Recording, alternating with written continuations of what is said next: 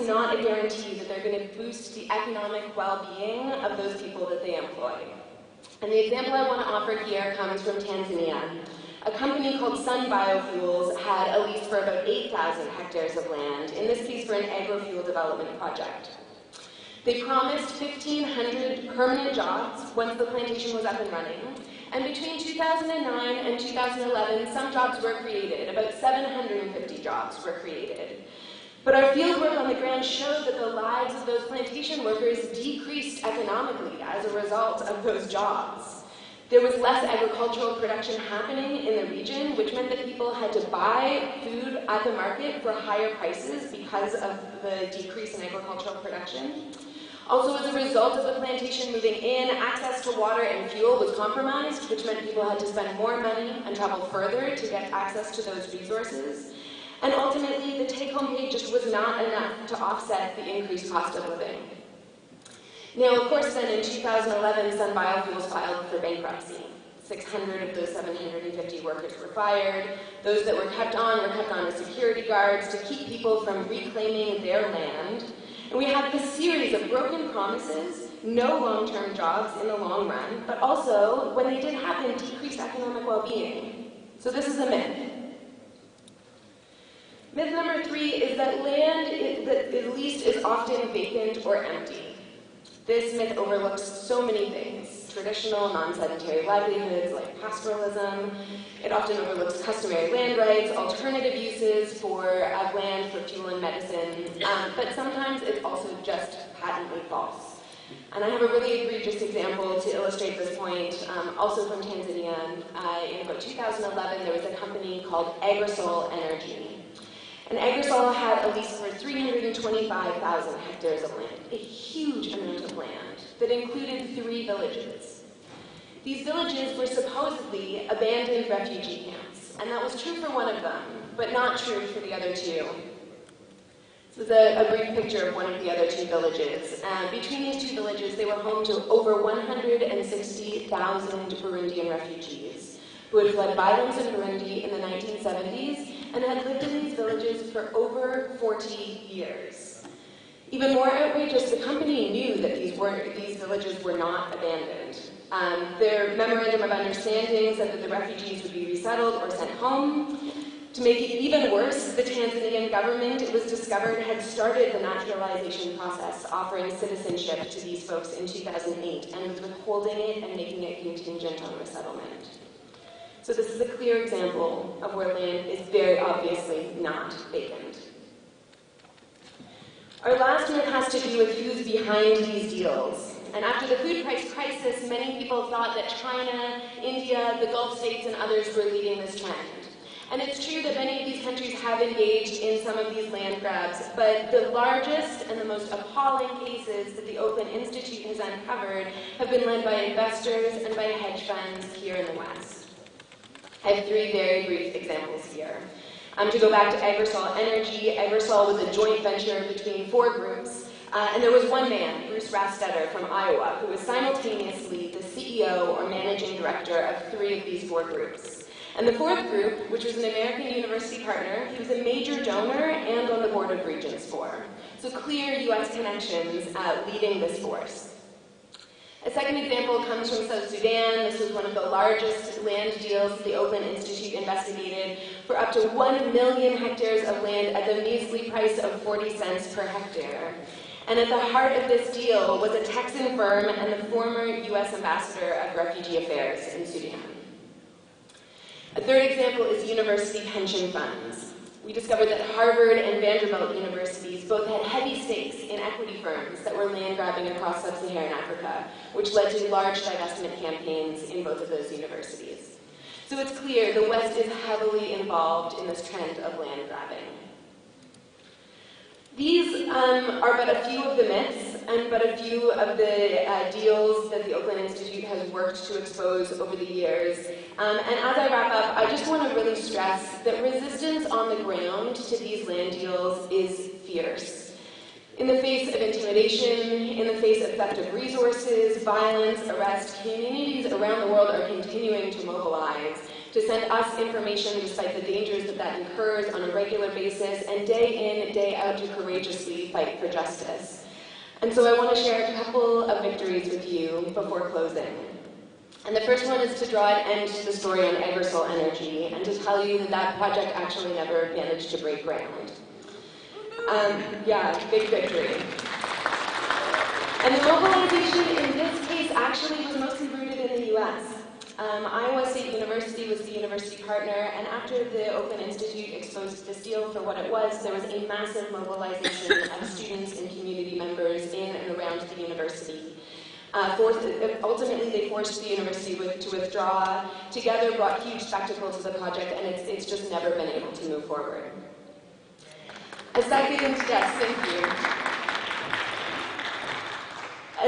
example I want to share with you comes from Cameroon. A number of years ago, there was a 99-year lease on the table for 73,000 hectares of land that was going to deforest pristine rainforest in order to set up a large-scale palm oil plantation. And it was going to impact an estimated 45,000 people locally. Local communities, Cameroonian NGOs, and international groups with leadership from the Oakland Institute helped to expose that deal for what it was. And as a result of massive mobilization, this deal was dropped from 99 years down to just 3 years. And the land area was dropped by over 2/3, from 73,000 hectares to less than 20,000 hectares. That is a huge change. Now that deal is up for negotiation. The 3 years are up this fall. And so we're working hard now with communities on the ground and other partners to make sure that in November of this year, that deal is ended once and for all and does not move forward. The final example I want to share is a really timely one, and it comes from Senegal. A number of years ago, some local herders reached out to us when 20,000 hectares of their land was unexpectedly bulldozed by an Italian company. The Oakland Institute and others helped to expose the deals of this project, the terms of the agreement, the actors behind it, and now we're helping communities in their process of reclaiming that land. I believe perhaps even it's today that the community members are starting to put up fences to self-demarcate the land. And their aim is to demonstrate that local communities can use this land more productively than foreign investors can, in ways that truly benefit the local economy, that support alternative livelihoods, like herding cattle, and that work in harmony with the environment. It's communities like this that we're working with to support in solidarity with on a regular basis. Communities that are reclaiming power and sovereignty of their land, of their water, of their food, of their seeds, and are showing powerful actors in the West that they do not need top-down Western-led agricultural investments. What they need is food sovereignty. What they need is power and voice and participation in how their land and natural resources are used. So I'm going to leave it there and pass it on to my fellow panelists. Thank you so much all for being here this morning, for coming out, and for everyone that is working so passionately and courageously on the front lines of this issue. Thank you very much.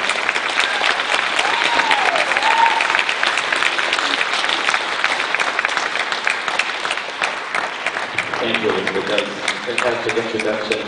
And now that we have an overview, we get to a specific battle that is currently raging just south of our border in Mexico. So, Mario, you want to venir para compartir con la gente? So, Mario is going to explain in Espanol, in Spanish, and I'll do my best to translate. Yes, you have. Diego, ¿está trabajando este micrófono? Este no sí funciona, ¿verdad? Okay, you want to do this? Okay.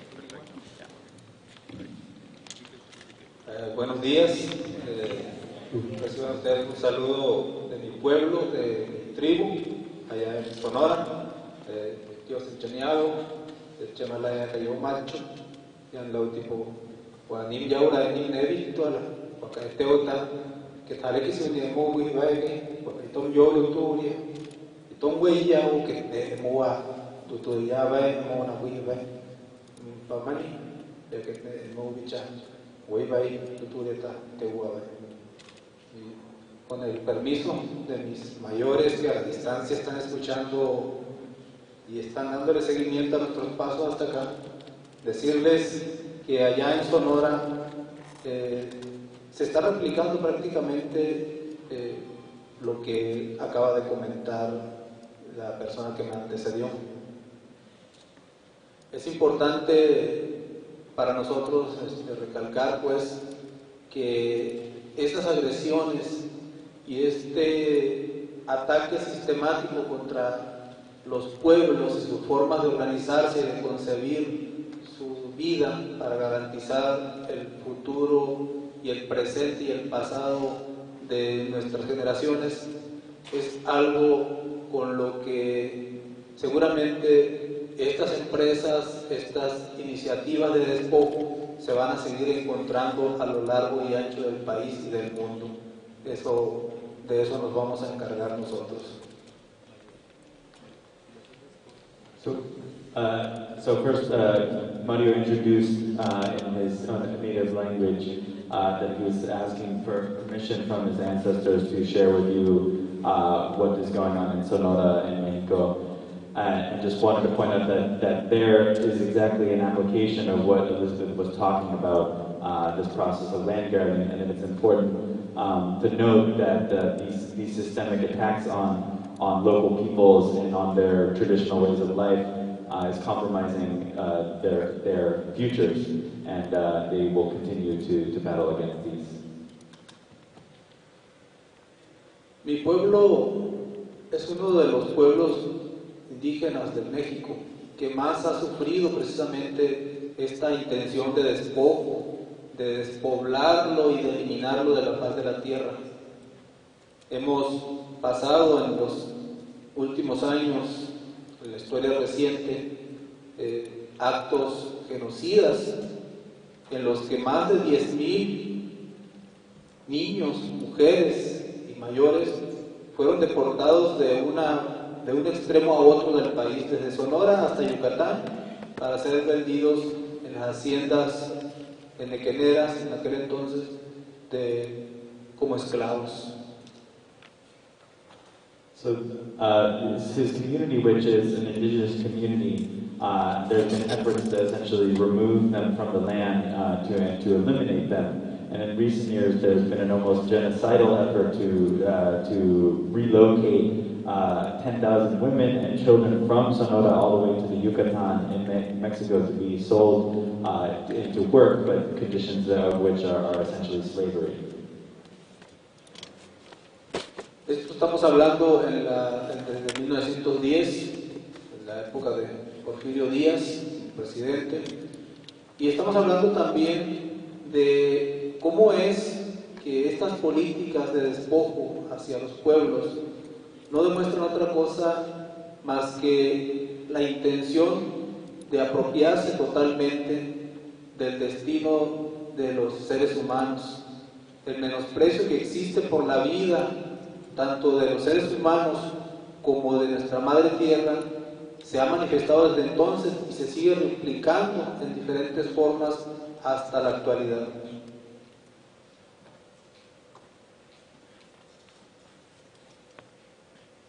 So Mario is talking about how there's essentially these policies of displacement that are repeating again and again.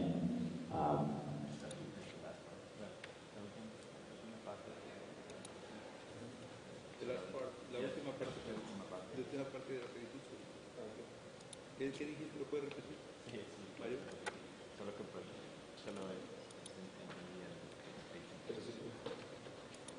que hay por las políticas de el desprecio de la gente y de la tierra y es una política de discriminación. Yeah, so essentially What he's talking about is that these aren't just sort of casual processes, that they're actual active policies of displacement, of genocide against the people. Hoy día estamos viviendo nuevamente otro atentado contra nuestra existencia misma, ¿verdad? En aquel entonces no pudieron acabar con la fuerza de los hombres y mujeres del pueblo yaqui que defendieron contra todo el territorio que nuestro Creador nos encomendó cuidar. So recently there's been another attempt to basically on our existence, an attempt to destroy our existence But luckily, these forces could not because of the strength of our Yaqui people, of our men and our women and our children who have been in struggle against it. Hoy, desde el 2010, nos dimos cuenta de que nuestro territorio, nuestra tierra, nuestra agua, nuestro bosque, nuestro conocimiento, todavía está siendo acechado y está siendo agredido. En el 2010 nos enteramos que el gobierno de Sonora, el gobierno estatal, en contubernio con los poderes fácticos que existen ahí, intentaban trasvasar el agua del río Yaqui hacia la cuenca del río Sonora. Ese proyecto, denominado Acueducto Independencia, en aquel entonces se llamaba Acueducto del Novillo, pues nos tuvimos que enterar por la prensa. En ningún momento nos dijeron oficialmente de qué se trataba esta obra. So in 2010, we noticed that our territory, our water, our forests, our traditional knowledge was all being attempted basically to being threatened. This was because the government of the state of Sonora was attempting to redirect the water from the river, the Yaqui River, which is the main river that they use to irrigate and to use water for their people. And they were attempting to redirect this water through what they called the Independence Aqueduct. And so they recognized that this was a threat against their way of life, and they went to the press and tried to raise attention to the issue. El argumento principal que ellos manejan es que en la ciudad capital de Sonora hace falta agua, y efectivamente hace falta en todo el norte de México. Sin embargo, no es trasvasando aguas de una cuenca a otra como se solucionan los problemas. Nosotros lo entendemos porque conocemos el ciclo hídrico, conocemos nuestro territorio y sabemos que hay una situación muy delicada entre la existencia real de agua en nuestros territorios. So the main argument that the government has been using is that the capital of Sonora lacks water, and so that they need the water from this other area. But it isn't a solution to move water in this way from one place to another. The Yaqui people, understand the water cycle, and we understand our territory, and we understand the effects that it has to remove this water from the system. Ellos argumentan que están desviando esa agua para darle a los habitantes de la ciudad de Hermosillo, lo cual nosotros en realidad sabemos que no es cierto. Esa agua, esa tubería, ese acueducto, casualmente termina donde empieza el parque industrial de la ciudad. So they argue that this is necessary because we need to help the people of the capital of Sonora, and those people need the water. But we know this is completely untrue because the aqueduct actually ends just shy of the city at the industrial park that's at the edge of the city. Al momento en que el gobierno anuncia la obra del acueducto, la planta ahora aumenta su capacidad al doble. La cervecería Heineken, más grande, una de las más grandes del mundo, se instala en Hermosillo. Una de las plantas de explotación de minas cementeras, la más grande de Latinoamérica, se instala también, la Holcima Pasco, se instala en Hermosillo. Existe desde hace mucho tiempo la Coca-Cola, la Pepsi, y nosotros nos preguntamos cómo en una ciudad que no tiene capacidad de darle agua a sus habitantes, pues tiene estas fábricas ahí y se están instalando más. So when the government first announced that it was going to be putting in this aqueduct and redirecting this water, immediately some of the industries, the companies, the large factories that existed around the capital, such as the beer producer Heineken, cement factories, and Coca-Cola, Pepsi, many of these other industries that have already been there, immediately started growing. They actually built more factories. There's additional growth in the industrial sector at the end of the aqueduct. And he's asking, how can this be that there's not enough water for the people of the city, and yet the industrial sector keeps growing and using more and more water? Lo importante aquí es que dejemos claro que el pueblo yaqui no niega su derecho al agua, a compartir su derecho al agua. Lo importante es decirles que el pueblo yaqui, el 70% de la población no tiene agua potable. Tenemos agua entubada, en donde dotan a nuestras familias de agua sacada del subsuelo, altamente contaminada de arsénico. So the important thing is that the Yaqui don't give up our rights to this water. 70% of Yaqui people currently don't have access to fresh water. The water that we do have from wells often is contaminated with arsenic.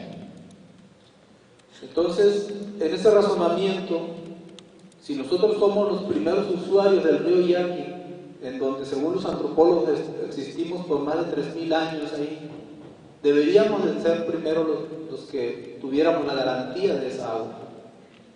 So if we are the first users of the Yaqui River, as the Yaqui people, anthropologists have noted studies that we've been using this water for at least 3,000 years, we should also have the first rights to this water.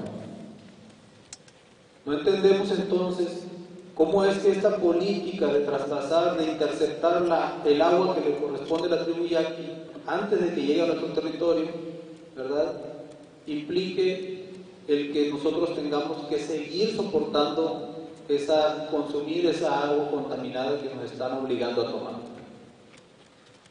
So how is it that today's policy makes it so that they divert this water which we've used for so long and requires us instead to drink arsenic-laden toxic water? También decir que no podemos quedarnos callados viendo cómo el río Yaqui, que antes nos daba a nosotros la seguridad alimentaria, precisamente de la que estaba hablando la persona que me antecedió, ¿verdad?, está totalmente seco en este momento, violando todas las leyes en la materia ambiental, puesto que no hay una garantía de que ese río tenga un espejo de agua, por lo menos. Está totalmente seco.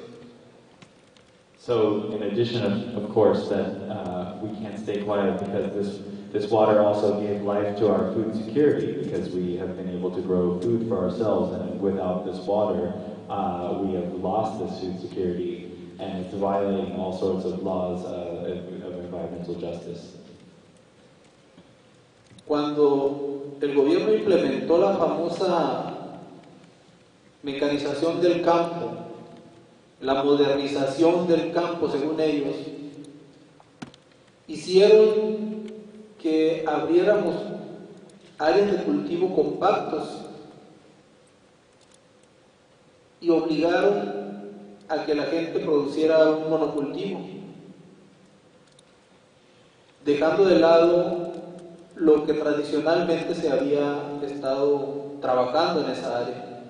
Estamos hablando que 70,000 hectáreas que se regaban con el río Yaqui, rústicamente si quieres, pero que producía una variedad de alimentos muy grande, se tuvo que ser reducido con la modernización famosa a 24,000 hectáreas únicamente. So when the government implemented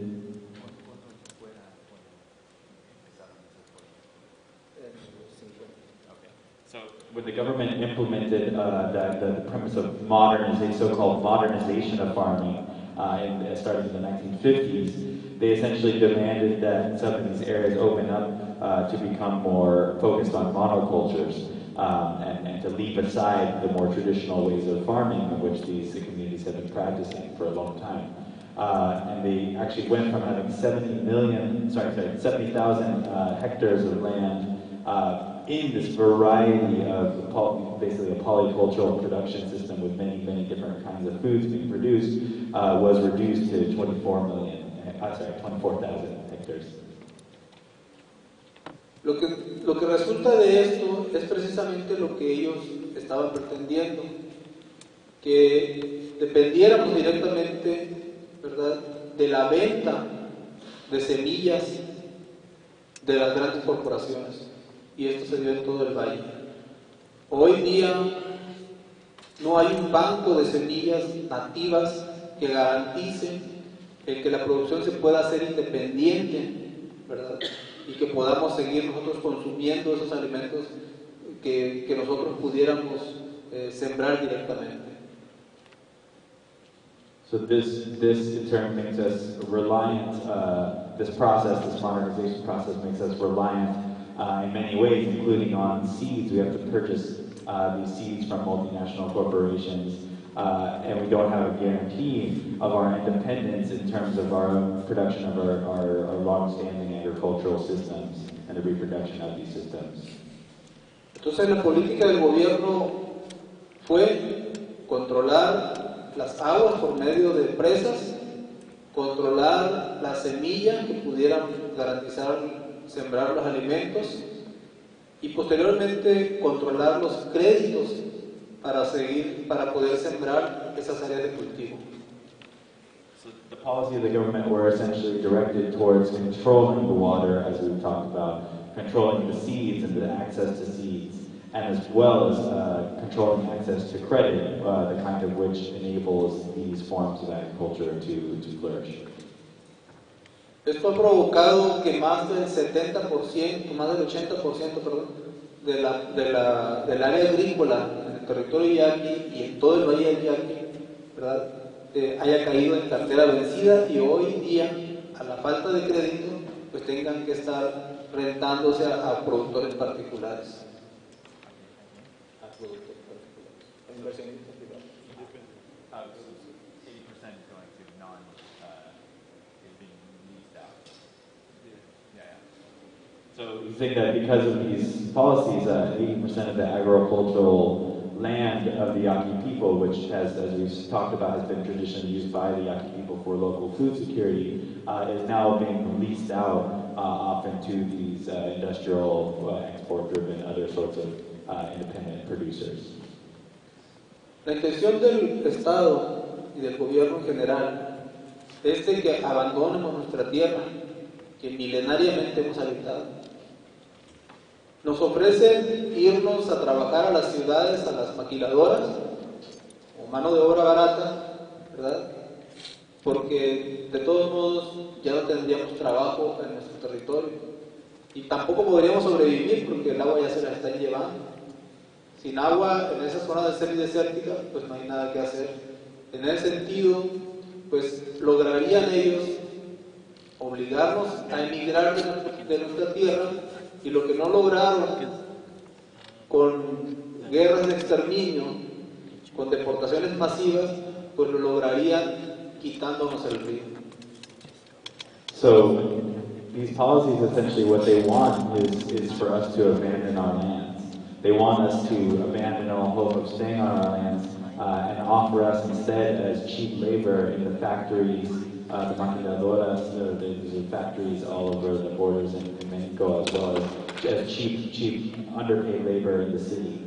Since we lack water, the idea is without water we won't have anything to do. We can't grow food, we can't even sustain ourselves with fresh water, so they will basically force us to immigrate. They could try to do more forced forms of immigration, but they figure it's easier simply to take away the water, take away the basics for life in this area to force us from the land. Nosotros somos propietarios de todo ese territorio por derecho ancestral y por derecho constitucional en México. Hay un decreto que ampara nuestro territorio que lo emitió Lázaro Cárdenas, el presidente Lázaro Cárdenas, en 1940. Con ese decreto nosotros hemos iniciado una defensa legal para evitar precisamente que se militarice la zona, argumentando que somos separatistas o terroristas, que es lo que se maneja cuando no estamos de acuerdo con las políticas de gobierno. So we of course are proprietors of the land, both through our indigenous tradition where we've been there for thousands of years, as well as legally because Lázaro Cárdenas, who was the president of Mexico in the 1940s, pioneered a law around basically protection of people's rights to the land. So they pursued a legal strategy to demand their rights based on the legal structures. But of course, because they are opposed by those in government, they're labeled as terrorists because they're fighting basically for their rights.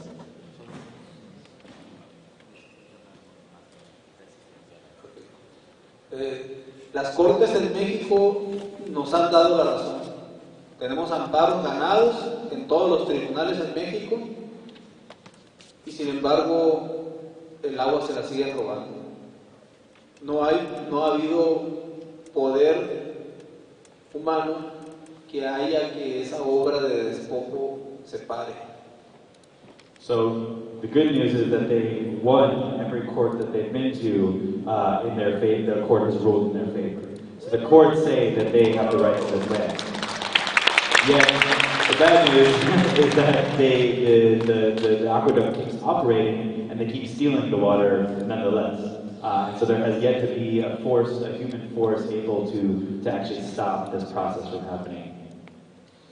Esa es la razón por la que tuvimos que salir de nuestro territorio, de nuestra nación, de nuestro México, para venir a denunciar lo que está sucediendo allá.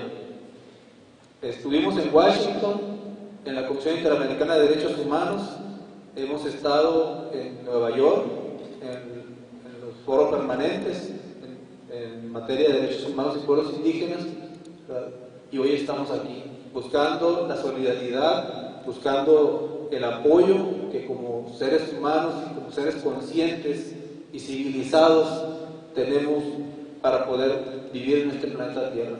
Si nosotros, como pueblos, como humanos, como seres humanos, no nos damos la mano, este planeta no tiene un futuro.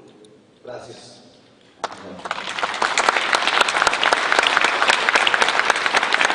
So many of them, that's why they're traveling now outside of the country, leaving their homeland in order to talk about these issues with people. They went to D.C., Washington, D.C., to meet with human rights organizations. They went to New York and met at the United Nations Permanent Forum on Indigenous Rights. And they are coming here looking for solidarity from other people, civilized people, conscious people, people who care, looking for that solidarity, because really what he's saying is that if we as people can't come together and support each other in these struggles, then there is no future for the planet. So, thank you.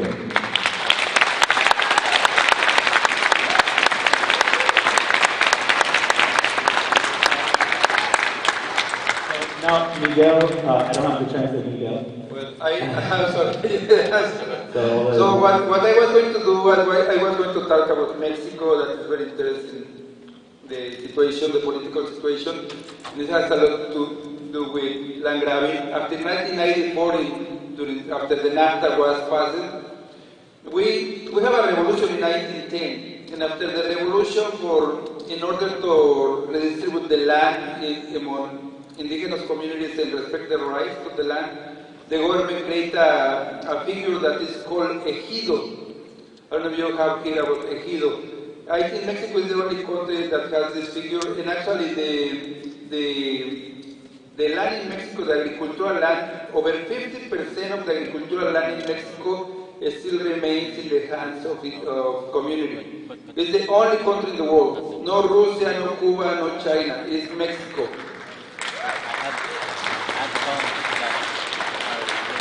At the same time, we have more vulnerable for the situation with the NAFTA. This free trade agreement, this free trade agreement And what is going to happen if they implement the TPP is going to be terrible for our communities. And at the same time, we see that since 1994, we saw the Zapatistas rising in Chiapas. They create their own communities, that are autonomous. We have in Brazil, we have the landless movement that are millions of people, but they still have some relation with the government. I have heard that they get some money for education, but in Mexico, the Zapatistas, they don't have any relationship with the government. They don't accept any support from the government, and they are in constant harassment by the military, but they resist, and they own their land, they have created their own public education. So this is just one example of many things that are going on in Mexico. And now that the situation is very explosive in many places in Mexico, we also have seen different communities organizing and creating their own community, police to defend from groups of drug dealers and the mafias that are popping up in different states. And what we have seen is that these people that have been getting weapons to defend themselves from these groups are not just defending themselves physically, but they are also defending the resources.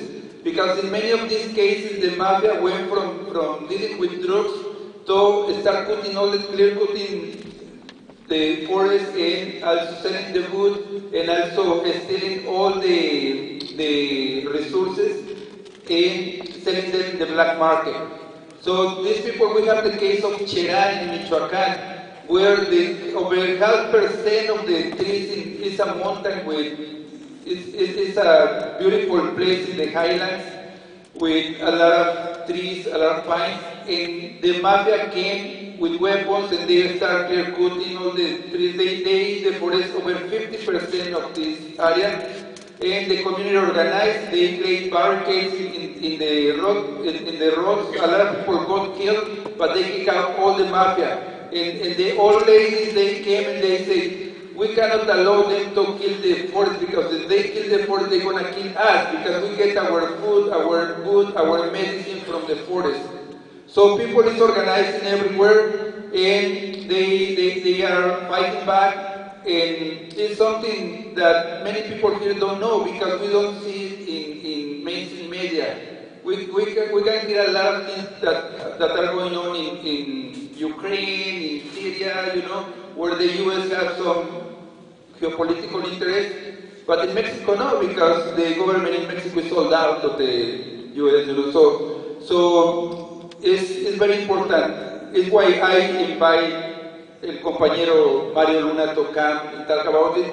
And I don't want to take more time because we are a little behind. I would prefer, if you have questions to Mario Luna, to ask maybe 3 questions, and I would prefer that, or to Elizabeth. Okay. Yes, there is another microphone right there. So if you have questions for Mario Luna, that's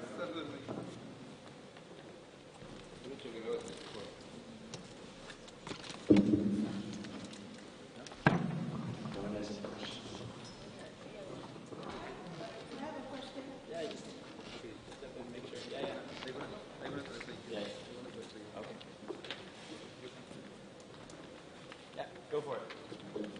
My question is to Elizabeth. I'm from Ghana, and we have this issue of land grabbing so much now because they come to Ghana from all over the world and they tell us that they build hospitals, they build schools for the community, and they grab, expanse of land. And they also tell the farmers that the crop that we grow is what you should grow. We'll buy the crops from you and we'll export to wherever they want to export it to. So now with your institution, how do we collaborate with you? Because that has been the issue in Ghana. The government is supporting these big corporations because they get taxed from them, they derive so many of the benefit from them, and so the government of Ghana is behind them. And so the people don't have a say say they can't defend themselves. So we need external force to defend the people and to defend our land. So how do we collaborate with you? How do we work with you? Excuse me, the question is for Elizabeth. Is for Elizabeth. Okay, Elizabeth, this is your question. Sure. I think the short answer is that I'd love to talk to you when the panel is over, and we can exchange information and talk about the possibility of future collaborations. To add a bit more color to that, generally the way that the Institute has worked with communities is through examples like this, where they come and seek our help as an external force to be able to support efforts going on the ground. We're getting requests like this from all around the world, and the more we engage in these issues, the more issues we uncover are taking place in other regions. So this is exactly the kind of situation that we exist to work with, and the exact kind of populations that we strive to work in solidarity with. So I would love to touch base after the panel and talk about that more.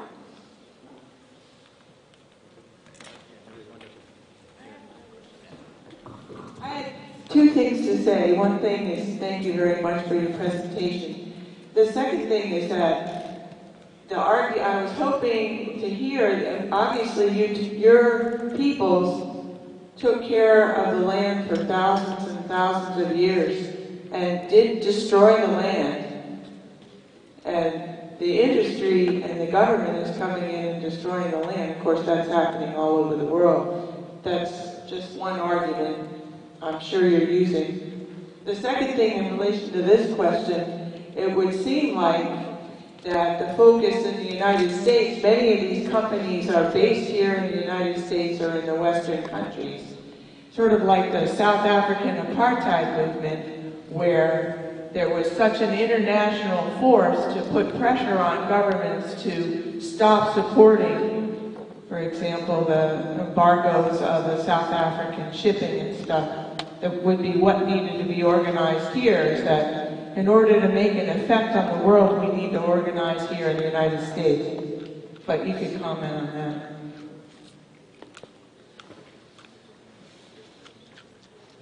I have something that I want to add.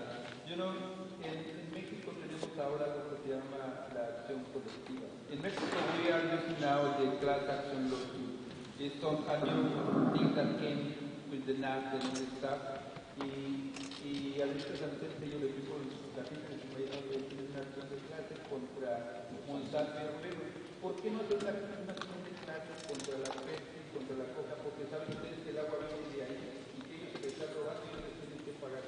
So what I am asking him, in Mexico, as we have this demand against the government in Monsanto because they want to grow GMO corn, I am wondering, I am personally asking him, why not to raise a class action lawsuit against these companies that are based there, Pepsi and Heineken and Coca-Cola, and because they are making profit from their water, because there is no way to find where the water is coming from, but from their resources.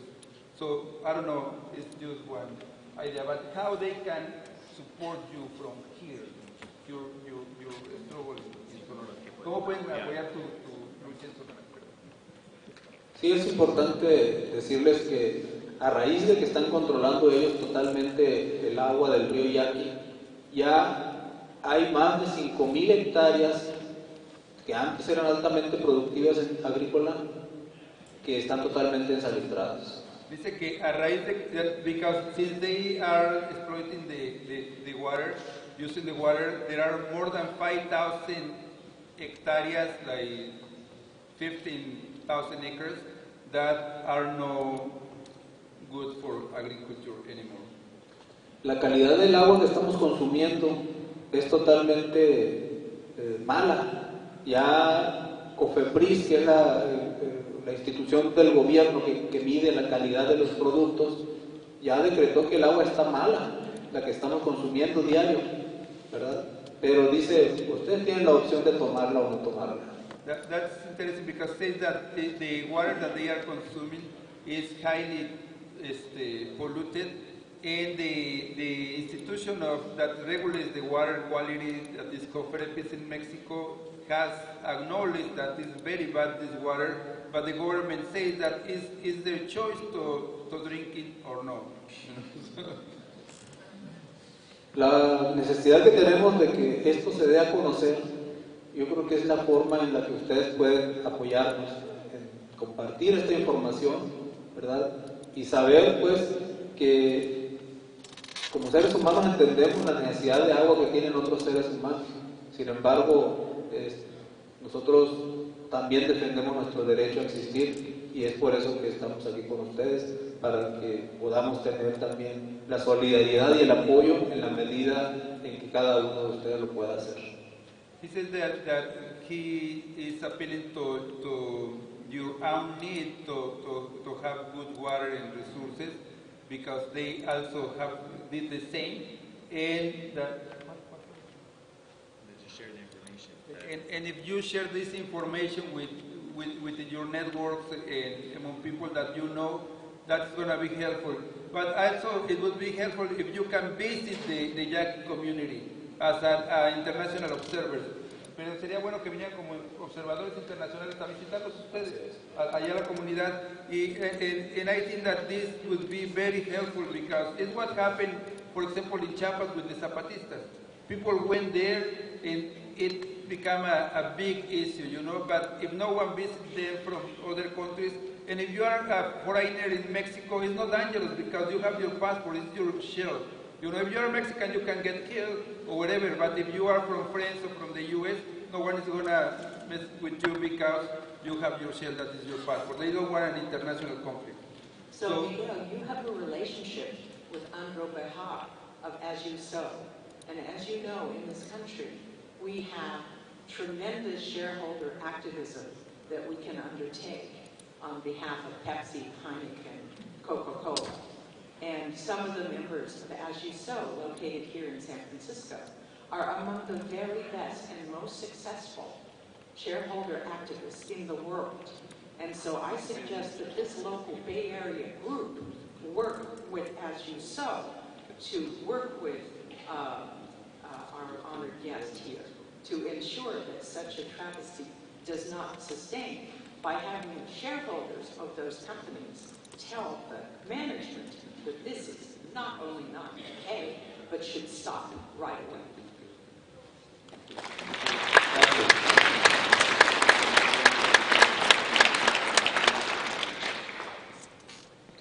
Sí, es interesante la observación que hacen, porque eso ayudaría bastante a que la justificación económica que tiene el gobierno para implementar esa obra, pues es esa precisamente. Ellos dicen que no han podido cerrar el acueducto porque fue mucho dinero lo que se invirtió. So the government says that they cannot close that aqueduct because they invest a lot of money. But actually they invest the money from Mexican people taxes to build an infrastructure that was going to benefit corporations. Ellos hicieron eso con el dinero de los impuestos de los mexicanos para una corporación. Now what I am proposing him, or what I would propose you, is to start with Mario. We don't have more time for questions. We have to start the next plenary. But what I would propose you, if you are interested in this, maybe you can create a small group, a committee in solidarity with the people, the Yaqui people. So if you are interested, why you don't talk after this presentation with Mario? You can get his contact. And if you need translation, I can help, or someone else who speaks Spanish and English, maybe Antonio. And if you're interested, it will be really, really helpful to have a committee in solidarity with the Yaqui people. Thank you so much. Thank you.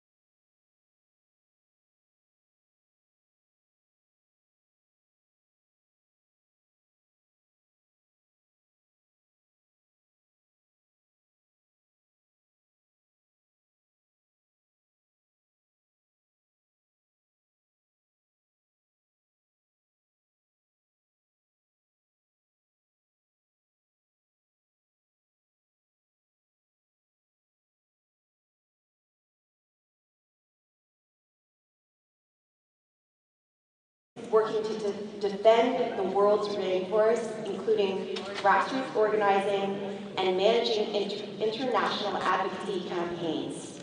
She worked as the campaign director of Rainforest Action Network's agribusiness campaign. She was an organizer for the Amazon Watch Cleanup Ecuador campaign and an organizer at Global Exchange. She is the graduate of both the University of California at Santa Barbara and Green Corps. Layla lives in San Francisco, California, where she is active in her community, and she's a proud Chicana Latina and a mother of 2. Please welcome Layla.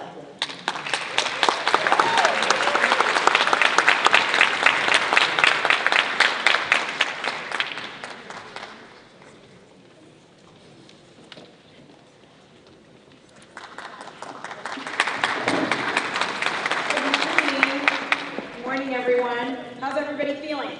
Great. Good. Great. We're actually going to watch a short video, if you can cue that up. As Valerie mentioned, my name is Layla Salazar Lopez. I'm the Executive Director of Amazon Watch. And I had hoped to be joined by one of our close colleagues and friends from the Amazon, Nina Walinga. For visa reasons, she couldn't make it here in time, but that's the reason why I wanted to show this short video to honor her, acknowledge her presence in this room.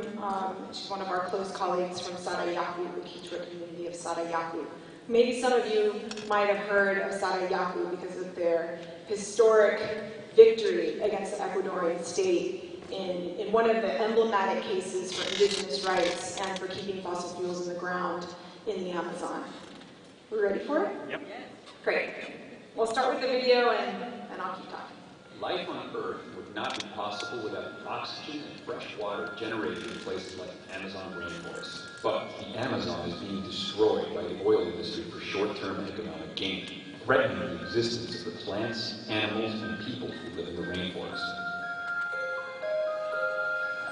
Ecuador is not going to get out of poverty just because they come and drill for oil in the Amazon.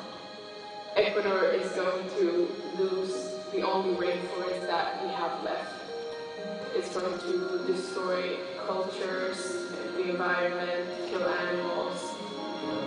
That's not getting out of poverty.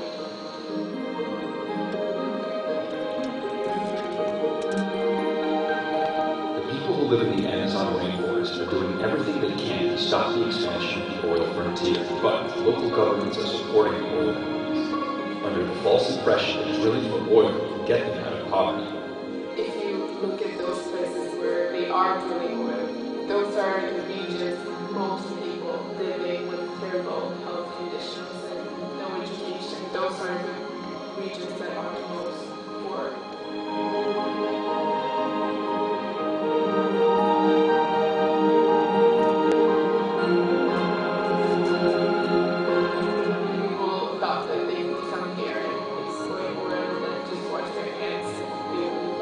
But that did not happen. We're feeding the gas to the right now. And that makes me hopeful. That makes me know that we can get further. You cannot justify human rights abuses with the economical arguments.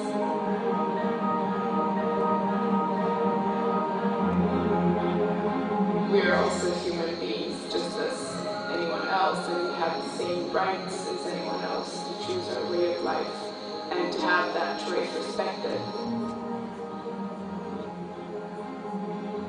This is not just a local issue. This is a global issue. If oil companies are allowed to destroy the Amazon, it would permanently change the climate in both South America and North America. This will have devastating consequences for the entire world. The cycle of the weather has changed here. When it should rain, it doesn't rain. When it shouldn't rain, it rains. There's a whole system in the forest. It's not just, oh, there are animals living there. It's a whole world, how they interact, how they live, what they eat, where they move. I remember my grandfather saying once that it's from the Amazon that the world comes. Because without the Amazon, the world would not breathe.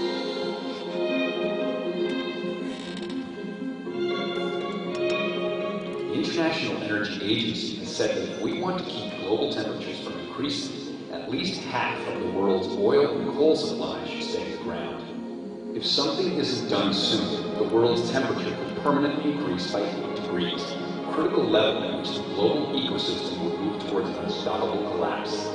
But it's not too late to change this. Citizens from all over the world must come together and urge political leaders to keep the oil in the ground. Go to AmazonWatch.org to learn how you can help protect the Amazon rainforest, and share this video with anyone you know who likes to breathe fresh air. Together we can let our voices be heard and keep our world beautiful.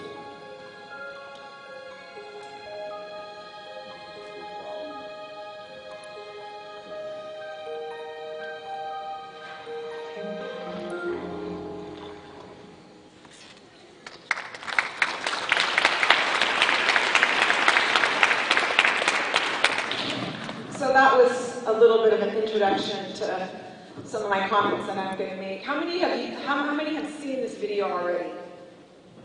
Okay. About 2 million people have watched this video from all around the world. We launched it almost 2 years ago, right before the People's Climate March. How many people marched in the People's Climate March, either in New York, here in the Bay Area, LA, wherever you're from? How many people marched in the People's Climate March? Well, thank you. Over the last 2 years, the global movement for climate justice, the global movement to keep fossil fuels in the ground has really grown. Just 2 years ago when we launched this video, we began to share the information about the importance of keeping fossil fuels in the ground, keeping oil in the ground in the Amazon. And we weren't alone. This is something that we've been working on for all of our history. Amazon Watch is celebrating our 20-year anniversary this year. And ever since our inception, we've been working to support communities who are calling for protecting the blood of Mother Earth, for keeping the oil in the ground. And with the Uwa people of Colombia, with the Quichua from Sarayaku. It's something that our indigenous allies, our NGO allies on the ground in the Amazon have been saying for many, many years, way before we even knew them, that in order to keep the balance of the earth, we have to keep the blood of the Mother Earth inside the ground. We have to protect and respect all life. And they brought that message to us. The Uwa people of Colombia brought that message to us in 1999. They came out of their rainforests of Colombia. They came to LA, where Occidental Petroleum is based. It's a company that wanted to drill on their land, on their ancestral territories. And they came to Los Angeles to give a warning to the world to say that they didn't want this to happen. They wanted to keep the blood of Mother Earth in the ground, and they needed international support. And many of us came to their solidarity and joined forces with the Uwa. And a few years later, Occidental Petroleum announced that they were going to leave Uwa territory.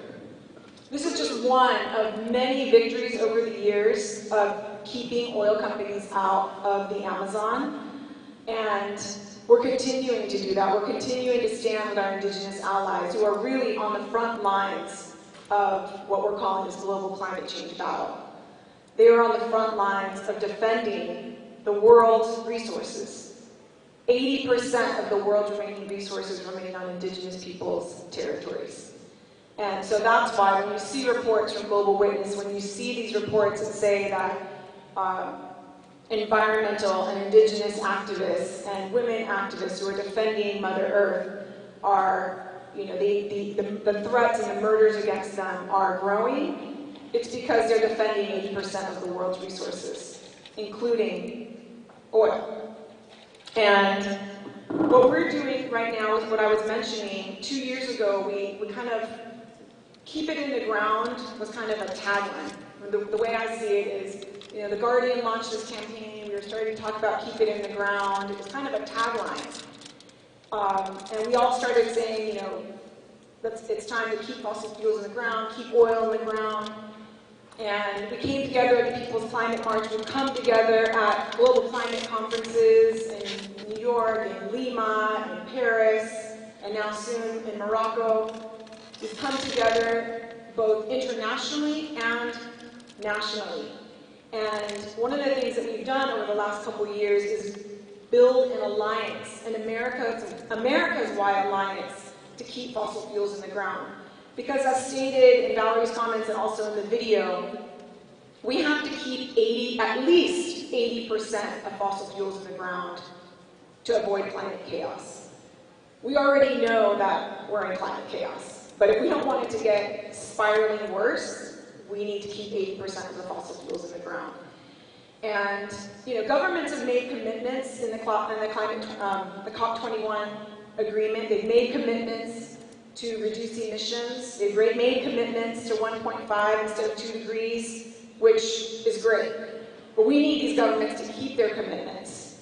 Just 1 month after the COP21 climate conference, Ecuador and China made a deal without the consultation of indigenous people, of Sarayaku, of the Zapara, of the Shiriar people of the Amazon. They went forth and signed an agreement to concession off the entire Sarayaku territory, 135,000 acres of pristine rainforest. Over 300,000 of Zapara people's territory. Pristine rainforest, what we call the living forest. Every single part of the rainforest is alive, from the tiniest microscopic organism to the largest Cape palm tree. Everything is alive. And that's why we're working really hard to ensure that our partners on the ground, that they have support in their resistance. They have support in their defense of their living forests and their rainforests. And that's what they've done. As soon as the Ecuadorian government and China signed an agreement to auction off their land, they came together in an alliance and they called on their international allies and said, we need support in calling for and pressuring Ecuador and China. We need support to defend our ancestral territories, to defend our living forests, to defend our sacred natural sites. Not only for the living beings of the rainforest and for the children of the Amazon, but for all our children, for our global climate, for everyone, for every living thing on this planet. Because if we don't protect the Amazon, if we don't protect the forests, the lungs of the planet, our weather system will be in chaos. That's what the global scientists say, and that's what the elders of the Amazon also have confirmed.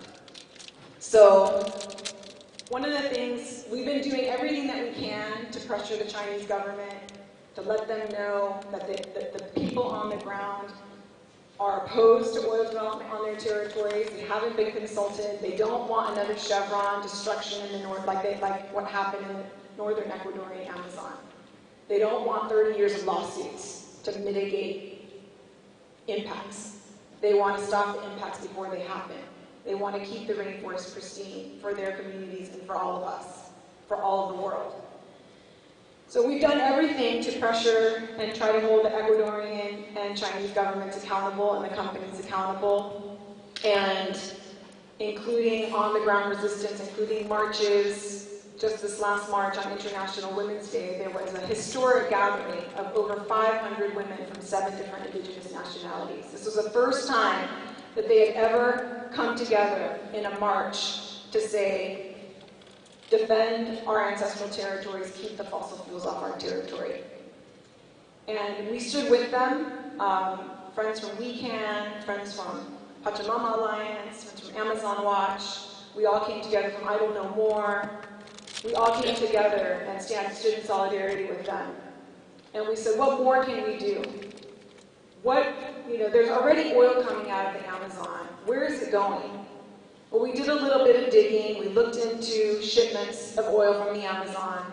And guess what we found out? Where do you think the majority of the oil from the Amazon is going?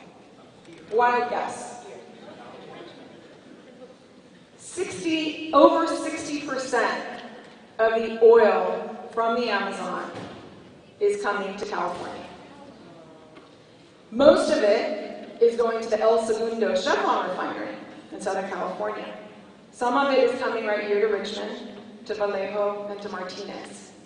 So, In about a month, we're going to be disclosing this information publicly in a report, and we're going to be launching a new campaign to urge any purchasers of oil from these refineries to encourage these refineries to stop shipping Amazon crude. We need to get off Amazon crude. This crude is coming from the northern Amazon.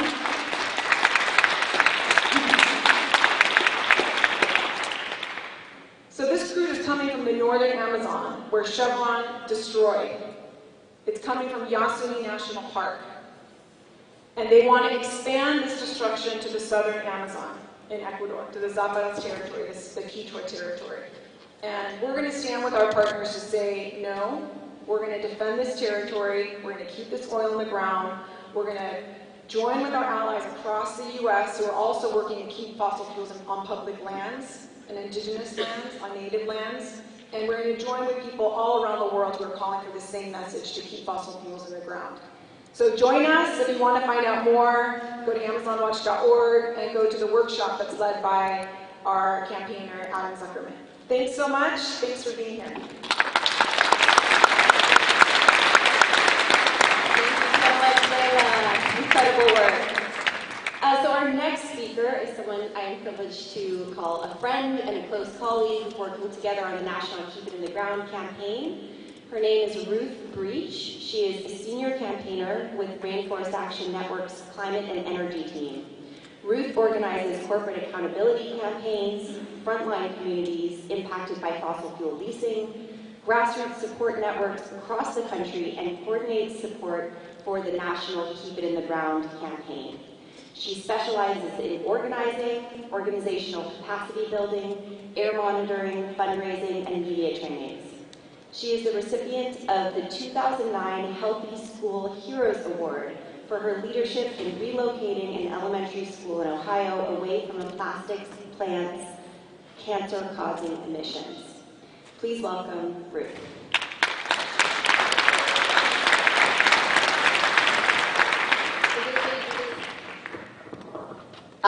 That's much better. Thank you so much, Valerie. Thank you to all for being here. Also a big thank you to Soil Not Oil organizers, volunteers. I know how much work a lot of these conferences can be, and I'm totally stoked to be on this panel with such amazing leaders in the movement. So again, my name is Ruth Breach. I'm with Rainforest Action Network, and I really just want to say here that while I am, an individual, I am part of an amazing climate team at Rainforest Action Network, a part of an amazing group of allies around the country that are both indigenous leaders, tribes. We've got NGO allies, regional leaders that I'll be talking about more. So again, I'm just one person representing a very big movement that I hope to tell you about right now. So we'll just go on there. Great, so Valerie's touched on it, Leila has touched on it. We only have so much carbon that we can burn, period. If we're going to stop climate change crisis that we are in right now, we have to stop burning carbon. We have to keep fossil fuels in the ground. That is the only alternative. And it is a message that has been out there for some time, but it is now, we're in a consciousness, an awakening, that we actually realize this. All scientists agree we have to keep the vast majority of fossil fuels in the ground. When we started to look and better understand, where are those climate change emissions coming from, we have some really clever policy folks, and they were saying that 25%, so 23 to 25%, I am an activist, I'll give that extra 2%, is 25% is coming from the United States federal lands. So this includes coal mining, fracking for natural gas and for oil, and offshore and onshore drilling that is happening on U.S. federal lands. So U.S. federal lands, this is something that was very kind of mystical to me that I didn't truly understand until this past year and have been digging a little bit deeper. So U.S. federal lands are actually administered by the U.S. federal government on behalf of us, the U.S. people. There's a huge land rights discussion to be had because actually these are all indigenous lands that have been taken over at one point. But within this current system and framework that we're working within is that we, the American people, pay taxes and then the government administers these resources. Okay? So we're actually all responsible for these shared assets. If you look, no, not ready yet, sorry. is that these are across the entire country. Most of them are in the West because that's how, as the country grew and the states became states, they were trading off federal lands with the government, and that's how this happened. Most of these are seen under the Department of Interior. The Department of Interior is in President Obama's cabinet. Our simple ask to President Obama is that he has the executive authority to end federal fossil fuel leasing. So our federal lands here that we all share these assets and we need to maintain for future generations, it has key carbon sinks around the world, is that he end this program. Because what's happening is that these federal lands includes our U.S. forests, national parks, indigenous sacred sites, prairies, meadows, deserts. We're at like 650 million acres of public lands, and they're being sold for rock bottom prices. You know the story, you've heard it before. I think it goes across with whether we're fighting GMOs, or fighting oil in the Amazon, or talking about public lands being sold here. It is the wealthiest companies. You know their logos: Shell, Anadarko, Chevron, ConocoPhillips. These are the top 15 leaseholders on U.S. public lands. So these are the people that are buying the coal. These are the people that are buying the gas to frack. These are the people that are doing the drilling for oil. And they're buying them at literally starting at $2 an acre. What can you think of? Please, just holler at me. What can you buy, especially right now here in the Bay Area, for $2? Pack of gum. Depends on what kind of gum. Anybody else? Coffee where? Malt liquor. All right, not a lot of things. It's hard. It is indeed cheaper than a fast food hamburger, which we know is some of the grossest, cheapest products out there. But the stakes are high. You know, we've heard this story before. We know this story. We know that companies are putting profits over people, and we're here to say no, nuh-uh, this isn't happening now. And that's why we're coming together, because the stakes are so high. Our friends at the Center for Biological Diversity and Friends of the Earth put together this amazing report showing the extent of what we could save. So when President Obama ends the federal fossil fuel leasing program and stops selling off our public lands to dirty corporate interests and dirty energy, we could keep 450 billion tons of carbon pollution out of the air. We could keep that in the ground. And just for context, because I know numbers are hard to really grasp what that is. So how many are familiar with the Clean Power Plan that the Obama administration has put out to stop power plants? Okay, that's going to save 90 billion. We're talking about 450 billion. And I'm not saying that shouldn't be done, because it should. It's not either or, it's and. It's yes and. And this is what we're talking about. Okay? And we know this. We know this story too. We know how to do this. And that's what we're doing. We're getting to work. Last September, so it's been just about 1 year, we went to Washington, D.C. after we organized over 400 prominent leaders, organizations, and allies around the country to sign on to this letter to ask President Obama to end the federal fossil fuel leasing program. And in that moment, it was just this really beautiful moment in Washington, D.C., a place that I don't really like to spend a lot of time, but we had representatives from the impacted community. So we had people from Big Mountain DNA Nation from Arizona that had been affected by Peabody. We had people from Utah tar sands resistance that had fought the tar sands. We had people from the Gulf Coast come and tell their story about what it's like to be living near and with climate refugees and people being displaced, and the struggle after Hurricane Katrina. We had Tim DeChristopher, who's in the background there, who was bitter 70. Are people familiar with that story? Yeah, right on, right on. Such really like a beacon of resistance, and he still is active and was with us there in that moment. And then we had some really great policy people. So just this really strong showing of really launching this campaign, because keep it in the ground is such a huge movement. Layla's talking about this really global context, and here I'm talking about this very U.S. domestic-based issue that is focusing even more on just federal fossil fuel leasing. So it's really awesome to see all these folks come together in our original launch. That was in September, and I'm kind of going to go through a chronology now. That it was like all this energy was happening. How many of you saw those pictures of people kayaking in Seattle? right? Right? Or the Portland Bridge hang. Right? That was epic. That was epic. It was so beautiful. And it was just this way of showing like how people-powered resistance is getting work done, organizing works. And we saw that, I think, so Greenpeace and the leaders there out in the west, it was beautiful. And then Shell pulled out. Shell pulled out all of their leases out of the Arctic. I will not say it's smaller, but on that same day, I had done a report called Public Lands, Private Profits, and it was the same day as the Shell announcement, and we got a Newsweek exclusive. So for like 1 hour, I was like, yeah, I'm at the top of the world. And then like an hour later, Shell pulled out of the Arctic, and I was like, yeah, that's even better. But that's okay. That's how it works sometimes. So we're just building. We're building. We're talking about this. We're talking about ending federal fossil fuel leasing. President Obama has the executive authority to do the work. And then Bernie Sanders, so this is before the feel the burn happened, and as it was building. And Bernie Sanders came out and introduced keeping in the ground legislation in the Senate. And then that was also mirrored in the House. So we had some really great DC energy happening. And what we really felt like was that the grassroots power needed to be shown to really balance out that DC, because we didn't want this to be a coastal campaign. It wasn't a DC, San Francisco thing. This was like a real, true people-powered revolution that was coming from those impacted communities. And then this happened. I was in Colorado organizing for this next action, and during this trip, the Keystone Pipeline was rejected by President Obama. How many folks worked on that? Yeah? Awesome. Thank you. Thank you.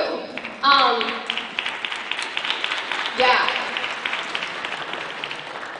Awesome. I think this was such a beautiful moment on so many levels, because it was a win for the climate movement. So many people came together to make this win happen. There was not one organization that held this down. It was everyone pitching together, some people tagging out when they needed to, but keeping and sustaining the drumbeat the whole entire time. And that's part of what makes a beautiful campaign, and that's part of what makes this win so amazing. But just to be that cherry at the top was that President Obama, in his rejection speech, said, we have to keep fossil fuels in the ground. And that was like the biggest acknowledgement for us in this campaign, and that the administration was starting to hear that the years of using that phrase was finally set in.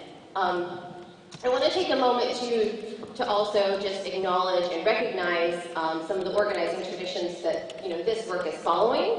I definitely was raised in this tradition, working with refinery communities, not only here in the U.S. but internationally, is that you want to keep coal in the hole and keep the oil in the soil. And I think that's part of what we're doing here. And to look at the people that came before us, Nigeria, the Niger Delta, the Ogoni Line, Kensar Oluwa, yeah.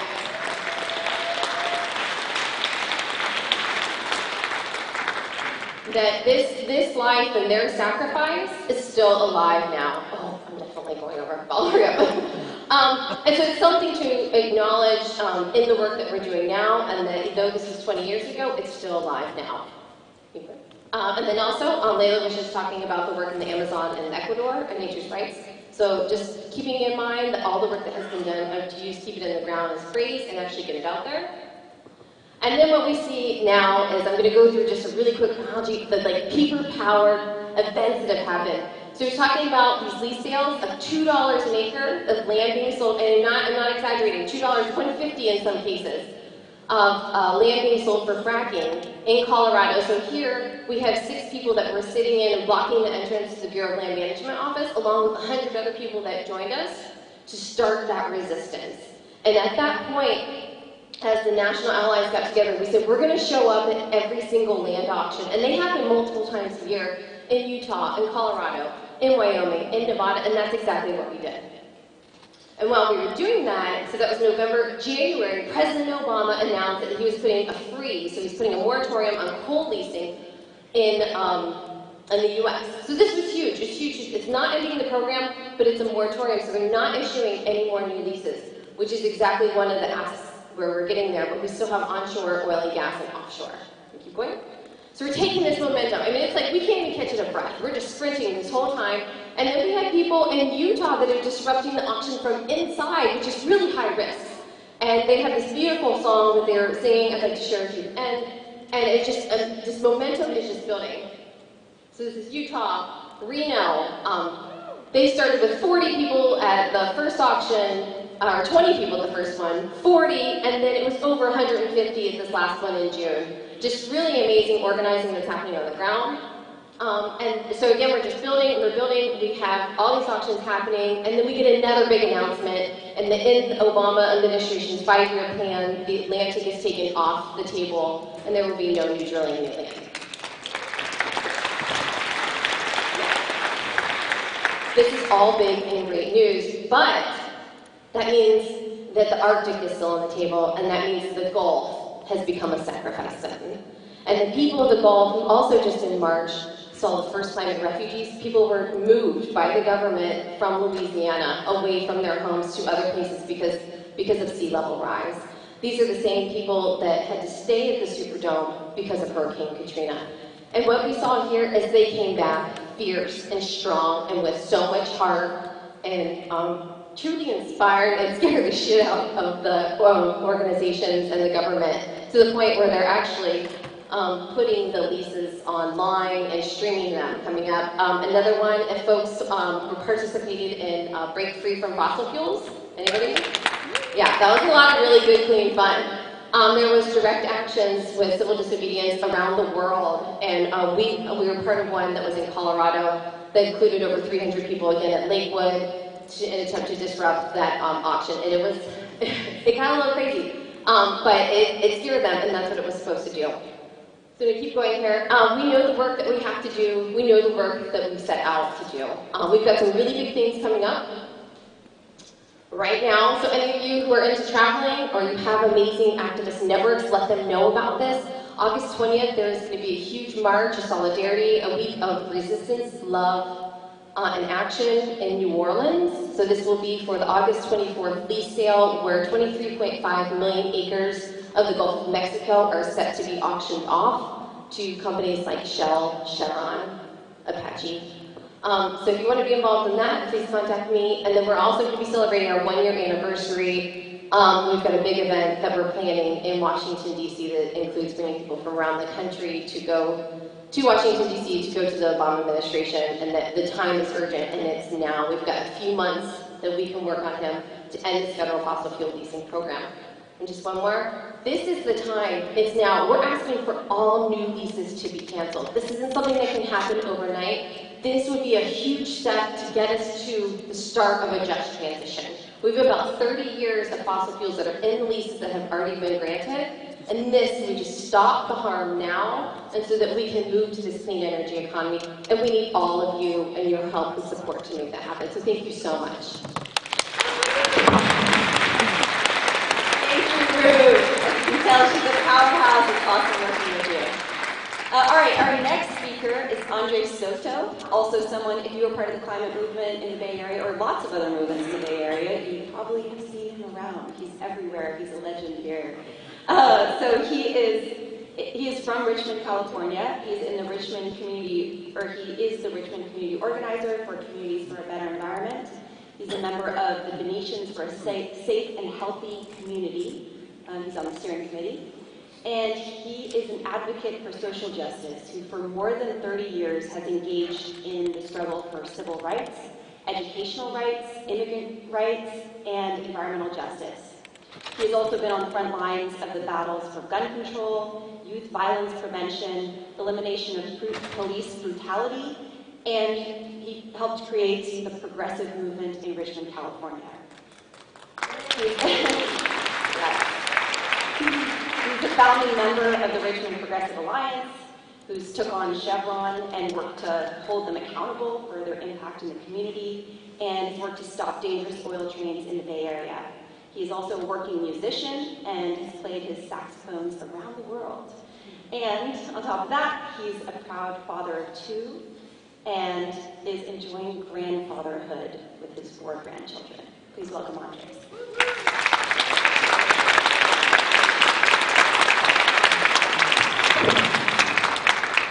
Good morning, everybody, and welcome to Richmond, California. And yeah, shout out for Richmond, because we fought long and hard to put this place on the map. One of the things I want to let you know is the progressive movement that we've been able to build here in Richmond to address a wide range of social issues that affect our community are rooted in a long history of social justice in this community. In fact, Martin Luther King spoke right here in the Richmond Auditorium in 1962. Duke Ellington played here. They also had professional wrestling and professional basketball and boxing here in the Richmond Auditorium. So, you know, you're in a very historic place. And I'm a lifelong resident here until about 3 years ago I moved over to Benicia, and I'll mix that story in as well. But I think, you know, germane to this gathering is that, you know, we are very clear that we think globally, but what we do know is that we can act locally. We have the power as a local community to challenge the, you know, dominant paradigm or the powers that be, whatever you want to call it, because those are people in our community. And Chevron helped put the people in power that would do their will, and we were able to start to take them out one at a time by grassroots community action. But one of the things I want to do real quick, because I know this is, you know, an international conference, right? And this will maybe help also get your blood flowing off your place you can sit. So, how many people here live in Richmond? Please stand up. All right, hometown folks. Now, how many people live in the East Bay? Please stand up. All right, more hometown folks. Thank you. And how many people live in the Greater Bay Area? Okay. Now, how many of you are Californians? Stand up. How many people from out of state? Please stand up. All right. Welcome to California. Welcome to Richmond. And how many people are from out of the country and they're here visiting? All right. Bienvenidos a todos. So thank you, everybody, for being here in Richmond. So our story is really one where, for me, it started with, you know, a long history of a political analysis of this town being a corporatocracy. I didn't invent that term, but I think it explains rule of the corporations. And they did it through infiltrating the community for generations and changing the way people thought about things like Standard Oil, now Chevron. They thought it was a good thing for the community. Well, we came to understand really through the environmental justice movement as articulated by people like Dr. Henry Clark and Ethel Dodson and many of our predecessors who showed that, well, wait a minute, the pollution that's coming from places like Chevron, the Port of Richmond, and the transportation network are disproportionately affecting low-income neighborhoods. Now, Richmond used to be mostly white working class, and then it became mostly African-American working class, and now it's mostly Latino working class. And so as these changes go, one of the things that are constant is the environmental injustice on the low-income and working class communities has persisted. And that is why we have to look through that kind of analysis and then go after the power structure that supports it. And what we did was we decided, look, Chevron's able to buy politicians, you know, as who was Soloto and the Godfather, like so many nickels and dimes in their pocket.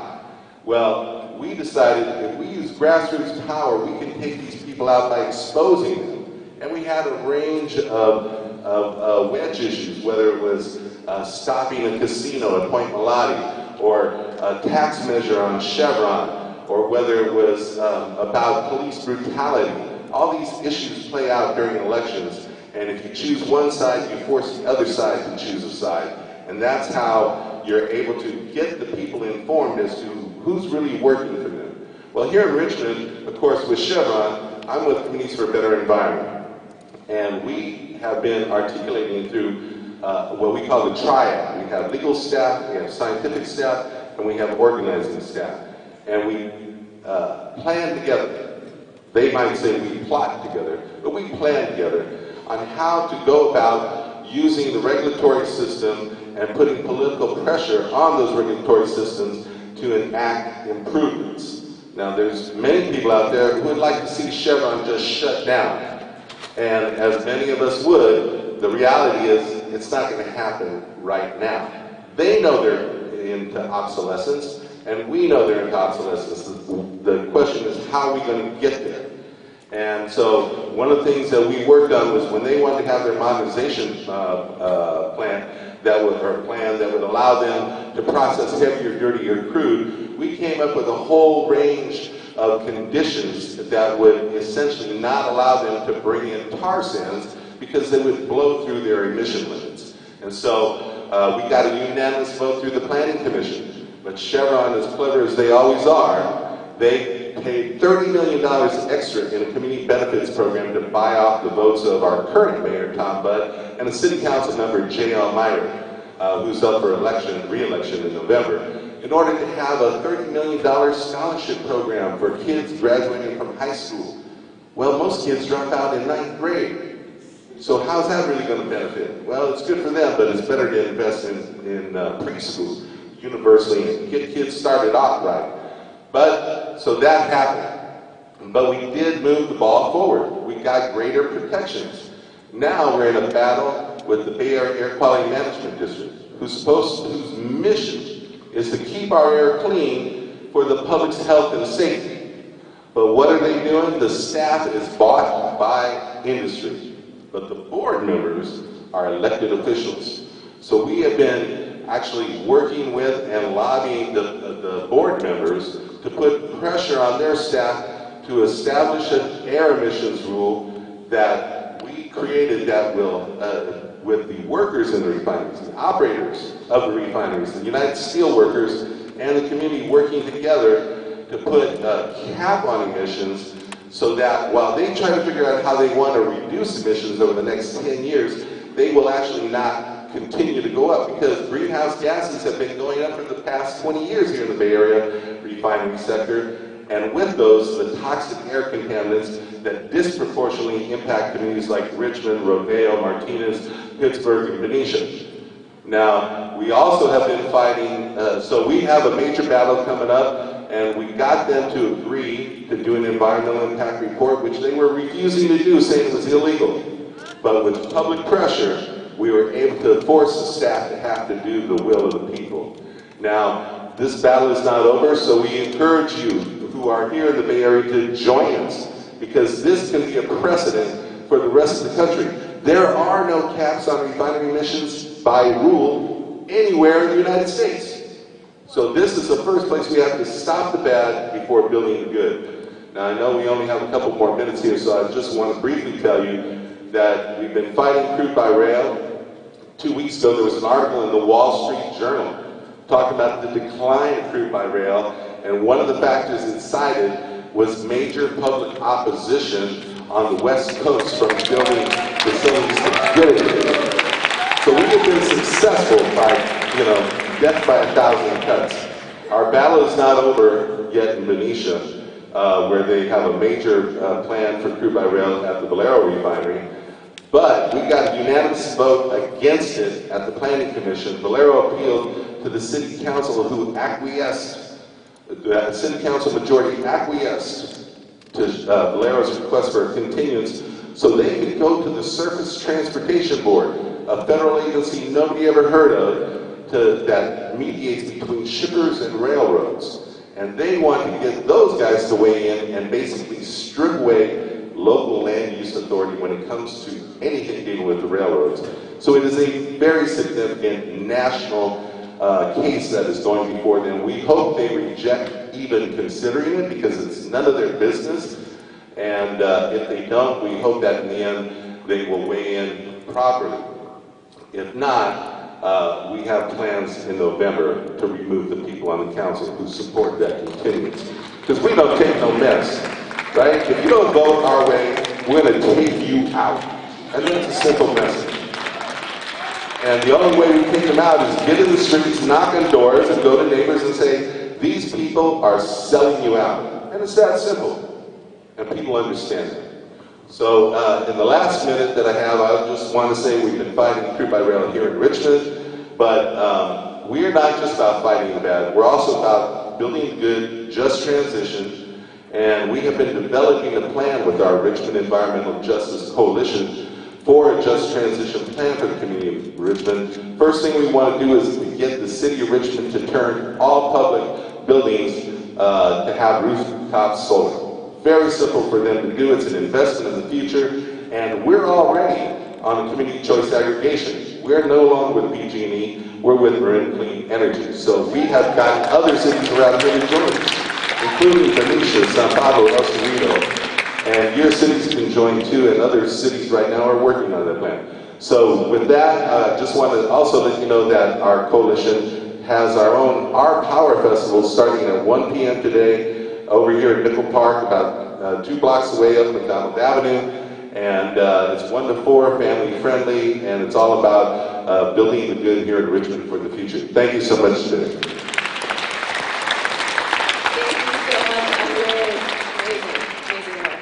All right, so our next and final speaker is Mia Riba, and she is a climate justice organizer living in Portland, Oregon, traveled down here for the conference. She is the lead organizer at 350 PDX, the local chapter of 350.org, and she's an active member with the all-volunteer group Portland Rising Tide. She graduated from Reed College in 2014 with a BA in Environmental Studies and Economics. And I got in touch with her because I've been involved in fighting oil trading projects and fighting pipelines, and she was involved in a really innovative push to tackle that all at once, all new fossil fuel infrastructure at once on the local level.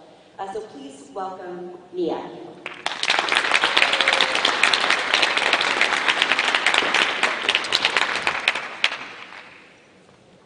Great, well thank you so much for having me here today. I'm going to be speaking about local action that we can take on the city targeting all new fossil fuel infrastructure projects, coal, oil, and gas together at once. At the time, does the clicker? Should work. Yeah, you got it backwards. So you said, no new fossil fuel infrastructure is the right rallying cry for this moment in history, a stand that would galvanize the rest of the planet and demonstrate where the future lies. When we're talking about fossil fuel infrastructure, it's really, really important just to note that for the fossil fuel economy to function, it needs to keep building things to transport, store, extract, refine, and combust fossil fuels. One thing that we really learned in starting to address fossil fuel infrastructure is that local governments actually have a lot of power to protect the health and safety of their communities, and that we don't need to rely on state and federal action to address fossil fuel infrastructure. And we also learned through our work that we need to build diverse coalitions that have a diversity of strategies and tactics that we will use to win, and that's how we as communities can build power to take on the fossil fuel industry. Types of fossil fuel infrastructure we're talking about, I'm just going to go through these really quickly. We're talking about pipelines, coal terminals, keep going through them, oil tank farms that store liquefied natural gas, petroleum, tar sands crude, and the like, as well as the oil trains that transport the crude to get there. These are just examples of fossil fuel infrastructure. Why this is important? In 2014, the Rising Tide Network put together a map that assessed proposals for new fossil fuel infrastructure or major expansions. And what we learned is that there were 28 proposals for large-scale new fossil fuel terminals. And when we added up the carbon impact based on research done by the Sightline Institute, we found that altogether these projects have the carbon emission equivalent of 5 Keystone XL pipelines.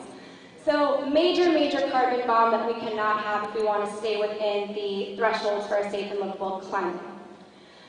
One of these projects was proposed in Portland, and this really laid the foundation for the fossil fuel policy that we passed last November. The Portland proposal was for a propane export terminal by a Canadian company, Pembina Pipeline Corporation. This terminal, if it had been built, its carbon footprint would have been bigger than the entire city of Portland. And we really use that in tandem with our carbon reduction goals to say to our city council, hey, you're telling the people that we need to change our behavior to not emit carbon pollution, but you're going to at the same time let a Canadian company come into our town and emit the same amount of greenhouse gases you're asking us to stop emitting. That's not okay. When the project was first proposed, our entire city council was behind the project, and our mayor had hailed it as a great investment for the city of Portland. And I bring this up to note that if you're in your community and you're facing fossil fuels and you have a council that is pro-fossil fuel, don't be discouraged, keep up the fight. It is possible to flip your council's perspective, and that's exactly what we did through grassroots organizing, showing up at public hearings, as well as utilizing bird dogging and direct action to pressure our city council. By the time this project was rejected, no deal, Portland does not pick Pembina. Excited public opposition is the main reason. 3,000 public comments were submitted opposing the terminal, and only 3 in favor of it. It's pretty incredible. And so here we have a quote from Portland Mayor Charlie Hale saying, "The message from scientists is clear. We don't have time. We need to do it now. We have other technologies. We're using them now. There's plenty we can do." And this was him on the other side of the support for this propane terminal, coming out and realizing that there are no bridge fuels, natural gas and propane are a false solution, and that we need to be comprehensively moving away from all fossil fuel developments towards a renewable energy and energy efficiency-based economy. Local governments, despite, we all know about the Commerce Clause and lots of things that make it seem like local governments can't act to regulate the fossil fuel industry, but we found that not to be the case. We have constitutionally recognized powers that local governments can and should be protecting the welfare of their citizenry, especially based on health and safety. The Supreme Court has recognized land use as a police power entrusted to local governments, and many states, including Oregon, have in their state constitutions given local jurisdictions home rule authority to protect health and safety. Those of us doing this work addressing fossil fuels know that all fossil fuel infrastructure pose significant risks to the communities they're in, whether it's pollution from refineries, risks from oil trains derailing, which happens far too often, all pipelines leak, all coal trains and coal terminals blow toxic coal dust in our communities. These are things that are widely recognized, and that gives the local governments real authority to address and regulate fossil fuels. Local governments in many places have climate action plans. We in the City of Portland worked hard through the public comment system to add an action into our latest climate action plan to address a policy, or to create a policy to address fossil fuel exports.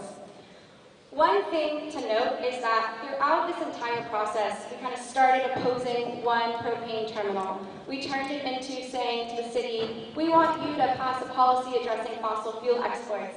And then we took it one step further and said, we don't really care who the end user is. We want to address comprehensively all major fossil fuel developments, these large-scale terminals. It doesn't matter. And I say this because in your communities, always take it farther. Go one more step. Keep pushing beyond what is politically acceptable in that moment and take it farther so we can keep 80% of known fossil fuel reserves in the ground.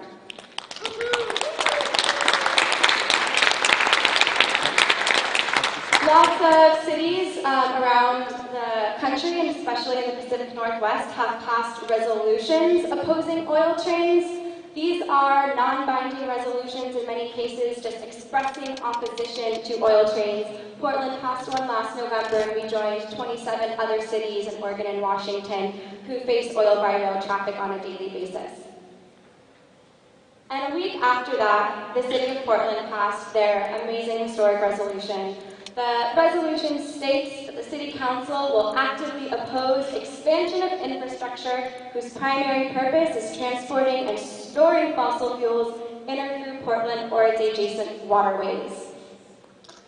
And, it's really, really just great. It was kind of blanket opposition. We've seen around the country lots of other examples that I'll touch on at the very end, addressing specific fossil fuel types. But this was the first one that pulls them all together with this grand vision that we're not going to build new fossil fuel projects.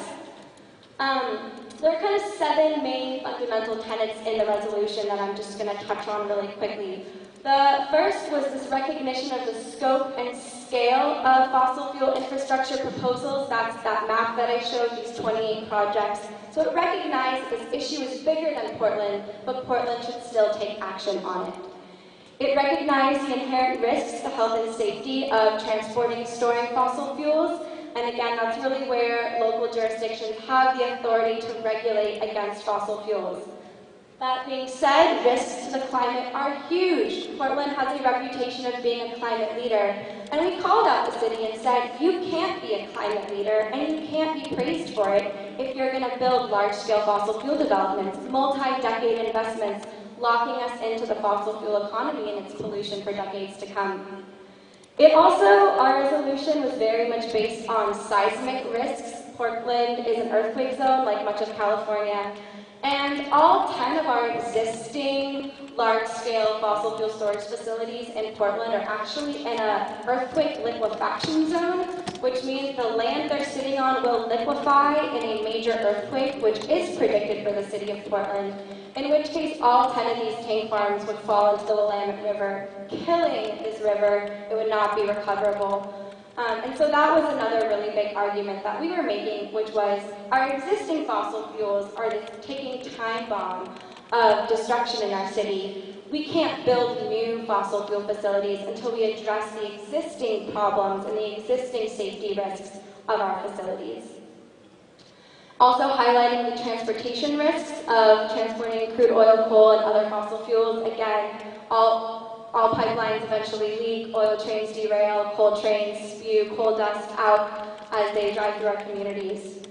It also recognized tribal rights and the fact that many tribes in the Pacific Northwest have expressed opposition to these fossil fuel projects on their land and adjacent to it. All of the land we are on is indigenous land, but within the framework of the United States as colonizers. Recognize that. And the economic impacts, just recognizing that the fossil fuel industry, in spite of the lies it tells us, is not where we're seeing job growth. We're seeing job growth in clean tech and renewable energy and energy efficiency, and that's where we want to go. So we passed this awesome resolution saying we're going to oppose all coal, oil, and gas. And the resolution also laid out specific frameworks for implementing it and taking it even further. It called on bureaus to investigate existing city laws, and explicitly called on the Bureau of Planning and Sustainability to come back with proposed zoning code changes to make it binding city law that we will not be building these terminals. It also laid out a framework for a just transition, recognizing that we do need blue-collar working-class jobs in our communities, and if they're not going to be with the fossil fuel industry, we need training programs, apprenticeships, and things like that to retrain our workforce. So yes, we built a ton of political power in our community by building diverse coalitions and using a diversity of tactics to get there. The picture on the right is from Shell No last summer, where we had this amazing protest. And that really flexed the muscle, and it showed the city of Portland that we're not just going to show up to public hearings, we're also going to put our bodies on the line to stop fossil fuels. And that's the power and the passion that we as a community have. Keep going. Lots of other communities are starting to pass these bans. Oakland just passed a coal terminal ban. Very exciting. A lot of other jurisdictions in the Northwest are starting to pass oil terminal bans. And this is really important because it is important. We have to be mindful of carbon leakage, so we don't want to just say no to something in our community and have it go somewhere else. So we really are building the regional networks to stop all of these projects. Spokane just passed a resolution for a ballot initiative to fine oil and coal trains. I'm not sure if that is going to be legally defensible, but it's a really interesting policy approach that maybe a community like Richmond could investigate. So that's just kind of the nitty-gritty of what we did. It's really exciting. I would love to talk to folks who are at this conference who are interested in pursuing related policies in your communities, as well as my colleague Maya Jared is here, happy to talk to folks.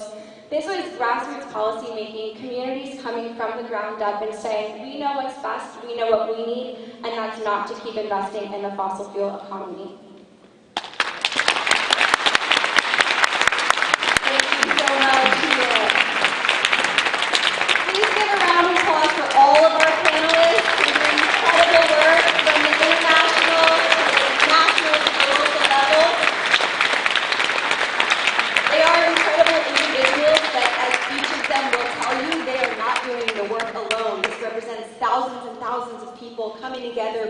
power for the change that we need. So please feel free to talk to them more, ask how you can get more involved, and join that people-powered revolution. So we have come to the end of this panel.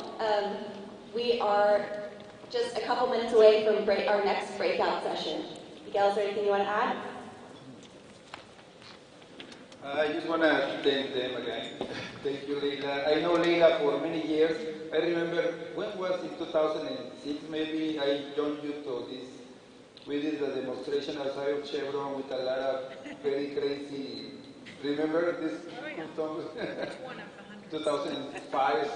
So I remember I have been supporting years ago with Andres Soto, that's local. We've been working in immigrant rights for a long time. With Mia, I haven't organized in Portland, so I kind of connected with her in Rising Tide. So I am very connected with these people in many ways, you know.